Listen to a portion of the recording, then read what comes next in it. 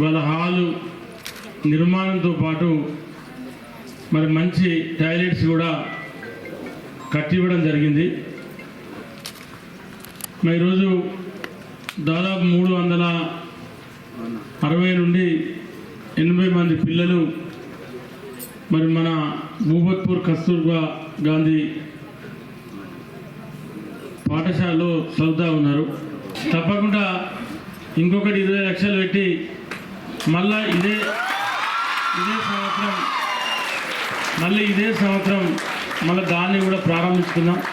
Water సమస్య కూడా అతి తొందరలోనే కుంట ఏదైతే చెరువు కుంట చెప్పిందో అక్కడి నుంచి మళ్ళీ ఒకసారి మరి వాటర్ లెవెల్ ఎవరైతే చూసేటువంటి జియాలజికల్ వాళ్ళు ఉంటారో వాళ్ళని పంపించి మరి అక్కడ ఏమైనా బోర్ వేయడమా లేకుంటే ప్రత్యేకంగా ఏమన్నా 5 లక్షలు 10 లక్షలు పెట్టి బావి తవ్వేయడమా, మళ్ళీ తవ్వాలంటే కూడా దగ్గర 500 మీటర్లకి పైప్ లైన్ వేయాలి. ఇక్కడ అంటే ఒకవేళ బావి తవ్వినా అది 20 లక్షలు అవుతుంది అన్నమాట. 20 లక్షలతో అవుతుంది. కాబట్టి ఆలోచన చేసి నేను ఎంపీడీఓ గారు మేము ఆలోచన చేసుకొని బోర్ అయితే ఒకే బోర్తో తీసుకొస్తాం. ఎందుకంటే ఒకటేసారి కంటిన్యూ వాటర్ రావాల్సిన అవసరం ఏం లేదు. నడిచినప్పుడల్లా ఒక 1 అవర్ 1.5 ఇంచ్ పైప్ అంటే ఇంచున్నర పైప్తో 7.5 HP మోటార్ అయితే ఒక 1 అవర్ నీళ్ళు వస్తే నాకు తెలిసి సరిపోతుంది ఇది మనకు. కాబట్టి ఆ లెవెల్ వస్తారాలు చూసుకొని సాధ్యమైనంత వరకు మీకు రాబోయే తొందరలోనే దాన్ని ఆ సమస్యను పరిష్కరించేటువంటి ప్రయత్నం చేస్తా అని చెప్పి విద్య బోధనతో పాటు మీరు నేర్పించే క్రమశిక్షణ కూడా భవిష్యత్తులో వాళ్ళు పెరిగి పెద్ద అయిన తర్వాత వాళ్ళకి అది ఉపయోగకరంగా ఉంటుంది. మీరు నేర్పించే క్రమశిక్షణే వాళ్ళకి భవిష్యత్తులో ఎంతో ఉపయోగకరంగా ఉంటుంది. ఎందుకంటే ఇవాళ చాలామంది పిల్లలు చూస్తూ ఉన్నాము, చాలామంది మత్తుకు బానిసవుతూ ఉన్నారు. అంటే అదొక ప్రమాదకరంగా మరి దేశవ్యాప్తంగా కానీ మన తెలంగాణ రాష్ట్రంలో కానీ ఇవాళ ప్రమాదకరంగా మారింది. మరి దాన్ని నిర్వీర్యం చేయాలి, దాన్ని ప్రాణాలు అసలు మొత్తానికే లేకుండా చేయాలంటే అది కంపల్సరీ మీరు చెప్పే ఏదైతే పీరియడ్ పుస్తకం ఉంటుందో అందులో భాగంగా మీకు వీలైనప్పుడు రోజుకు 5 నిమిషాలు 10 నిమిషాలు మరి దాన్ని కూడా మీరు పిల్లలకు చెప్పవలసిన బాధ్యత ఉంది.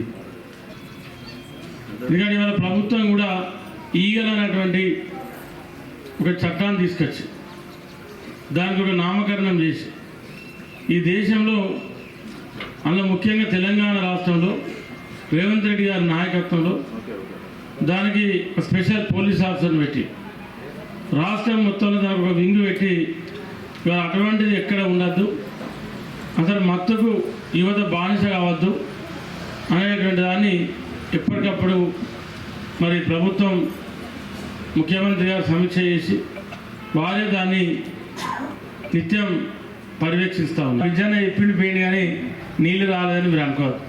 100% చేస్తాం, 100% డౌట్ అవసరం లేదు. మన సాధ్యమైనంత ఎందుకంటే నీళ్ళు ఏడ దొరుకుతాయని ఆలోచిస్తాను. రేపటి నుంచే మా అన్వేషణ ఉంటుంది. వారం రోజులు దొరకబడుతుంది. ఎక్కడ ఈ చుట్టుపక్కల ఏడబోరెత్త నీళ్ళు వస్తాయి, అక్కడి నుంచి మీకు నీళ్ళు తీసుకొచ్చి ఇచ్చే బాధ్యత నాది. డార్మెటరీ రూమ్లు సరిపడా లేవు అని చెప్పేసి ఒక మాట చెప్పిన వెంటనే సార్ ఆ రోజు ఒక మాట అన్నారు, అమ్మ నేను ప్రతిరోజు నాకు ఫోన్ చేయి, నేను అదే విషయం ఆలోచిస్తా, నేను ఎత్తినా ఖచ్చితంగా నీతో మాట్లాడతాను, మీరు ప్రతిరోజు ఇబ్బంది అనుకోకుండా కాల్ చేయండి అన్నటువంటి గొప్ప మనిషి. ఏదైతే అది అన్నారు దాన్ని ఈరోజు నిజం చేసినటువంటి గొప్ప వ్యక్తి. మీకు మా తరపున ఏదైతే మా పిల్లల తరపున మా తల్లిదండ్రుల తరపున మా ఉపాధ్యాయ బృందం తరపున మీకు ప్రత్యేక కృతజ్ఞతలు సార్. ఇది మొత్తం క్వారీ ఏరియా, వాటర్ అనేది అసలు మొత్తమే లేదు సార్. 100% మిషన్ భగీరథ మీద ఆధారపడి పనిచేస్తుంది సార్. ఇప్పటికే 5-6 బోర్లు వేసినా కానీ ఫెయిల్ అయినాయి, అసలు వాటర్ చుక్కలేదు సార్.